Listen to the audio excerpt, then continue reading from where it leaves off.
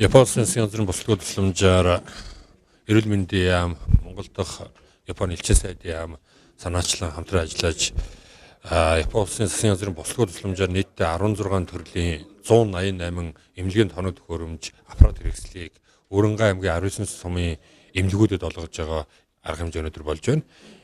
Одоогоос 2 жилийн өмнөөс эхлүүлээд ер нь Өрөнгө аймаг, Говьалтай аймаг гэдэг өрн одоо өвчлөл өндөртэй байгаа хүн ам олонтой олон одоо талын судалгаа хийж чад 2 аймгийг сонгож нийтдээ нэг аймагт 3 сая доллар, Өрөнгө аймагт нөгөө Говьалтад 3 сая, нийтдээ 6 сая долларын ийм одоо тоног төхөөрөмжүүдийг орон нутгийн одоо эмнэлгүүдийн тоног төхөөрөмж метрологи базыг бэхжүүлэх чиглэлээр төсөл эхлүүлсэн.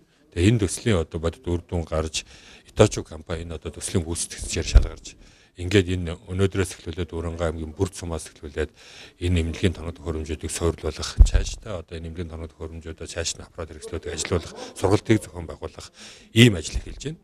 Энэ ажил бол нийтдээ 3 жилийн хугацаанд үргэлжлэнэ. Нэгс нь 3 жилийн хугацаанд энэ төслийн одоо засвар үйлчилгээ, энийг дагсан сургалт, тийм ээ, мэдээлгээд олон зүйлүүдийн төслийн хүрээнд хэрэгжинэ. Ингэснээр орон нутгад дах одоо эрүүл мэндийн байгууллагуудын чадвар сайжрах, иргэдэд үргэж байгаа эрүүл мэндийн одоо үйлчилгээ илүү одоо үр дүнтэй, бодиттой болох хамгийн сүүлийн тоног төхөөрөмжөөр манай одоо эмнэлгийн байгууллагуудад хангагдж байгаа явдал бол би нийт урамгаачдынхаа өмнөөс үнэхээр талархалтай байна.